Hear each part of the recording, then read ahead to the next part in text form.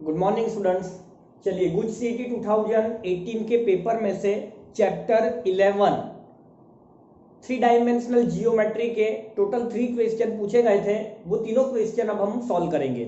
देखिए पहला क्वेश्चन क्या है, the equation of the plane containing intersecting lines. देखिए आपको क्लियरली लिख कर दिया हुआ है कि आपको उस प्लेन का इक्वेशन बताना है जो इन दोनों इंटरसेक्टिंग लाइंस को कंटेन करता हो। देखिए यहां पर आप पूरा कैलकुलेशन भी कर सकते हैं जैसा आपको एनसीईआरटी के बुक में दिया हुआ है। ठीक है, कैसे? तो आप है ना सबसे पहले नॉर्मल फाइंड आउट कर लीजिए और फिर r minus A dot N equal to 0 इस फॉर्मूला की मदद से आप प्लेन की इक्वेशन निकाल लीजिए। देखिए आपको n कैसे पता चलेगा, तो आपके पास दो लाइन है ना, और दोनों लाइन का डायरेक्शन रेशियो आपको पता होगा, तो क्रॉस प्रोडक्ट करके आप नॉर्मल निकाल सकते हैं। और ए में ये जो ए जो है वो आप दोनों लाइन में से किसी भी एक का पॉइंट उठाकर डाल सकते हो, कोई दिक्कत वाली बात नहीं है।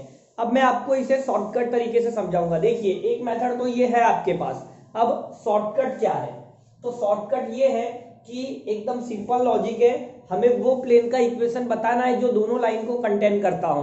तो दोनों लाइन का जो पॉइंट है वो आप चारों ऑप्शन में डालकर देखिए कि कौन सी प्लेन की इक्वेशन दोनों पॉइंट को सेटिस्फाई करता है। जैसे आप देखिए कि पहली वाली जो लाइन है, अगर मैं इसमें से पॉइंट निकालूं तो यहां से -3, यहां पर आप ऐसे -0 लिख सकते हो, मतलब 0, यहां से आप 2 ले लीजिए। अब यहां से पॉइंट निकालिए 3, ये 2 और ये 6। अब आपको इन चारों ऑप्शन में से वो ऑप्शन ढूंढना है जो इन दोनों को सेटिस्फाई करे। देखिए ऑप्शन नंबर सी होने का तो कोई चांस ही नहीं है, क्योंकि 6 + 2 8, 8 + 3 11 और आपको 5 दिया है, तो इसका मतलब ऑप्शन सी आपका कट गया है ना। ऑप्शन सी आपका ऑप्शन में से कट गया। चलिए अब कौन से ऑप्शन में डालते हैं? पहले में डालते हैं। तो अगर पहले वाले में मैं डालू ये वाले पॉइंट को, पहले मैं इसे डालता हूं, सपोज मैंने इसे बी कह दिया और इसे ए कह रहा हूं। चलिए डालिए, तो 2x मतलब 2 3 जा 6, y मतलब -2, z मतलब 6 प्लस का 9। अब आप देखिए इसका जो आंसर है वो 0 तो आना नहीं है, आपको 0 कहा गया है, इसका मतलब आपका ऑप्शन ए भी कट गया। ठीक है, ऑप्शन ए और ऑप्शन सी आपका कट चुका है। अब आप क्या करिए, बी वाले में वैल्यू डाल दीजिए, तो 3 + 2 -12 + 7। देखिए 7 + 3 10 + 2 12 -12 0। देखिए यहाँ पर 0 आ रहा है, मतलब एक पॉइंट को ऑप्शन बी ने सेटिस्फाई किया है। ठीक है, एक पॉइंट को ऑप्शन बी सेटिस्फाई कर रहा है। अब आप ए डालकर देखिए, तो अगर मैं ए वाला पॉइंट डालता हूं तो ध्यान से देखना, -3 y मतलब 0, 2z मतलब ये 2 × 2 -4 + 7 = 0। देखिए यहां पर दोनों पॉइंट ऑप्शन बी सेटिस्फाई कर रहा है। हम लोग डी वाले में भी डालकर देख लेते हैं। अगर मैं 3 2 6 डालता हूं तो ये x का मतलब 3, ये 2 × y, 2 × y मतलब 4 -2z है ना, -2z, z मतलब 6, तो 6 2 12 + 9। तो देखिए इसका जो आंसर है वो आपको 0 नहीं मिलेगा। ठीक है, तो इसका मतलब ऑप्शन डी भी कट रहा है, ये वाला पॉइंट ऑप्शन डी को सेटिस्फाई नहीं कर रहा है। तो आपको सिर्फ ऑप्शन बी ही ऐसा प्लेन का इक्वेशन है जो दोनों पॉइंट को सेटिस्फाई कर रहा है। तो आप इस तरह से सोच सकते हैं। देखिए तो मैं आपको समझाने के तरीके से समझा रहा हूं, अदरवाइज जब आप एग्जाम में ये क्वेश्चन सॉल्व करोगे तो आप एकदम स्पीडली करोगे, क्योंकि आपको 40 MCQ 1 घंटे में सॉल्व करना है, वो भी राइट आंसर के साथ, तो आपको स्पीड मेंटेन करना पड़ेगा। चलिए आगे बढ़ते हैं नेक्स्ट क्वेश्चन की तरफ। तो पहले का आंसर ऑप्शन बी होगा। आगे बढ़ते हैं नेक्स्ट। देखिए क्वेश्चन 2 आपको क्या कहा गया है, if the plane has x intercept l, y intercept m and z intercept n and perpendicular, क्या कहा गया है, perpendicular distance of plane from origin is k, then ये 4 ऑप्शन में से आपको सही ऑप्शन बताना है। तो देखिए आप इंटरसेप्ट फॉर्म याद करिए, प्लेन का इंटरसेप्ट फॉर्म क्या होता है, तो x by A plus Y by B plus Z by C equal to 1 होता है। लेकिन यहां पर इंटरसेप्ट आपको एल एम एन कहा है, तो ये आपका एल, ये आपका एम, ये आपका एन होगा। 1 को लेफ्ट साइड ले आइए तो ये आप -1 इक्वल टू 0 लिखेंगे। अब आपको इस प्लेन का ओरिजिन से डिस्टेंस निकालना है, तो हम लोग फॉर्मूला जानते हैं, पॉइंट से प्लेन का परपेंडिकुलर डिस्टेंस कैसे निकाला जाता है। तो देखिए मॉड्यूलस, आप ओरिजिन की बात कर रहे हो, ओरिजिन से डिस्टेंस निकालना है, तो एक्स वाई जेड आप 0 डालेंगे तो ये सब 0 होगा, -1 divide by under root X Y Z के कोइफिशिएंट्स का स्क्वायर करके सम करके रूट लेना है, ठीक है।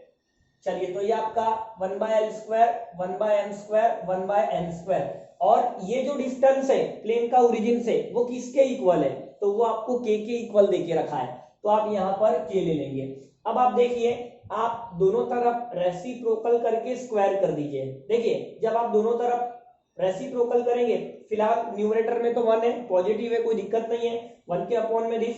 अगर आप दोनों तरफ रेसिप्रोकल करते हैं तो आपको क्या रिजल्ट मिलेगा, आपको मिलेगा 1/l square plus 1/m square plus 1/n square is equal to 1/k, ये रूट में है। अब आप दोनों तरफ स्क्वायर करिए तो रूट निकल जाएगा, तो आंसर क्या होना चाहिए यहाँ पर, ये वाला ऑप्शन ए, है ना, ऑप्शन ए आंसर होगा।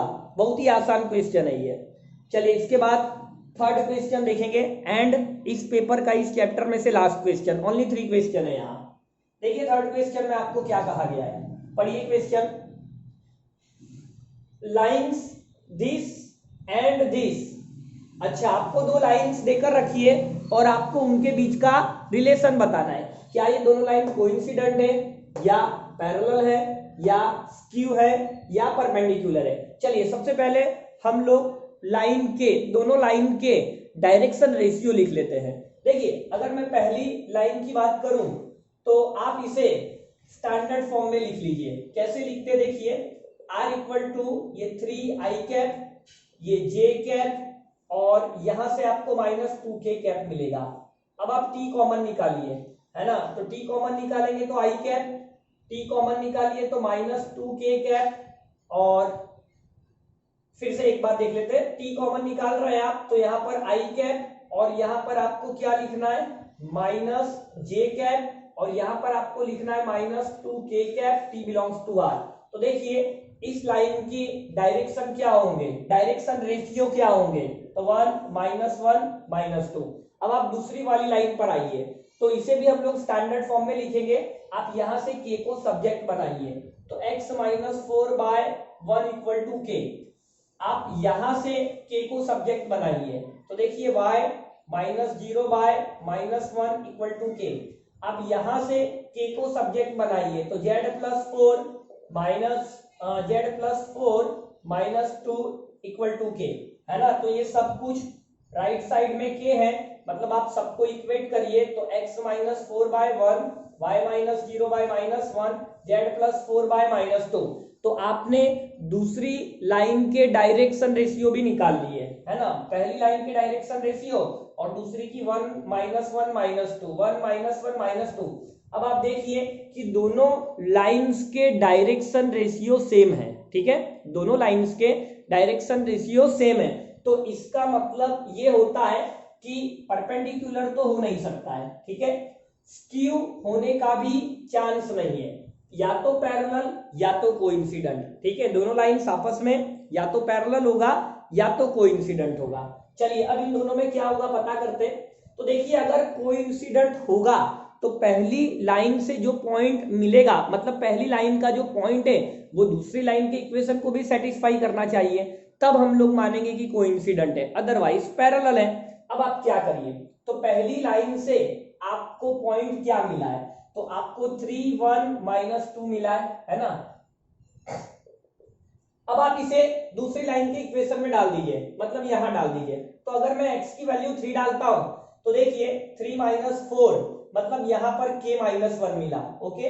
अब आप y की जगह पर 1 डालिए तो यहां से भी k -1 मिल रहा है, अब आप z की जगह पर -2 डालिए, तो 4 - 2 मतलब 2, 2 डिवाइडेड बाय -2 मतलब -1, मतलब यहां पर कोइंसिडेंट होगा। ठीक है, क्यों कोइंसिडेंट होगा? क्योंकि पहली लाइन का जो पॉइंट है वो दूसरी लाइन के इक्वेशन को सेटिस्फाई कर रहा है और दोनों लाइंस के डायरेक्शन रेशियो सेम है, तो इसका मतलब दोनों लाइंस आपस में कोइंसिडेंट होंगे। ठीक है, तो आप समझ में आ गया होगा आप लोगों को अच्छे से।